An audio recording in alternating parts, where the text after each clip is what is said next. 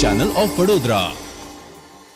ભારતીય બનાવટની ₹500ના દરની 800 નકલી ચલણી નોટો સાથે 2 ઇસમોને પંચમહાલ એલસીબી પોલીસે ઝડપી પાડ્યા હતા। પંચમહાલ એલસીબી એએસઆઈ જયદીપસિંહ પ્રવીણસિંહને ખાનગી બાતમીદારથી માહિતી મળી હતી કે ગોધરાના દયાલ કસ્બા ગામ તરફથી 2 ઇસમો અલગ અલગ ટુ વ્હીલર વાહનો લઈને ગોધરા આરટીઓ કચેરી તરફ આવવાના છે અને તેઓ બંને ભારતીય બનાવટી નકલી ચલણી નોટો લઈને આવે છે। જે ચોક્કસ બાતમીના આધારે પંચમહાલ એલસીબી પોલીસ સ્ટાફ દ્વારા ગોધરા દયાલ કસ્બા મેશ્રી નદીના પુલ પાસે નાકાબંધી કરી બાતમી મુજબના બંને ઇસમોને વાહનો તથા નકલી ચલણી નોટોના બંડલ સાથે પકડી પાડવામાં આવ્યા હતા।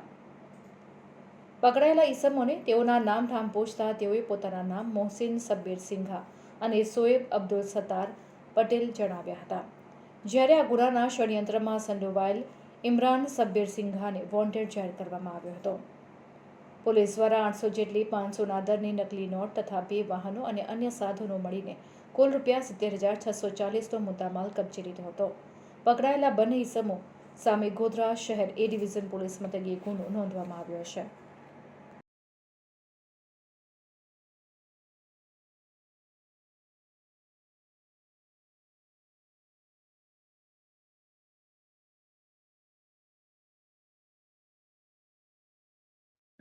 ગઈકાલ તારીખ 24/6ના રોજ એલસીબીના એએસઆઈ જયદીપસિંહ પ્રવીણસિંહને એવી બાતમી મળેલી હતી કે દયાલ કસ્બા ગામ જે છે એ તરફથી 2 ઇસમો ટુ વ્હીલર પર આવી રહ્યા છે કે જેમની પાસે બનાવટી ચલણી નોટો હોવાની તેમને બાતમી હતી। આ આધારે એલસીબી પીએસઆઈ પીએન ઝાલા તથા તેમની ટીમ અગાઉથી જે મેશ્રી નદીનો પુલ છે દયાળ કસ્બા વિસ્તારમાં ત્યાં નાકાબંધી રાખેલી હતી અને આ દરમિયાન 2 ઇસમોને બનાવટી ચલણી નોટો સાથે પકડેલા હતા। આ જે ઓપરેશન દરમિયાન ટોટલ 800 જેટલી 500ના દરની બનાવટી ચલણી નોટો આ આરોપીઓ 2 આરોપીઓ જે પકડાયા છે તેમની પાસેથી મળી આવેલી છે।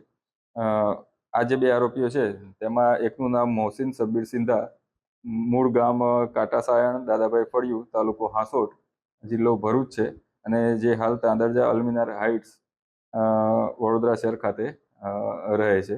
બીજો જે આરોપી છે તેનું નામ સોએબ અબ્દુલ સત્તાર પટેલ, ધંતિયા પ્લોટ, અલી મસ્જિદ રોડ, ગોધરા।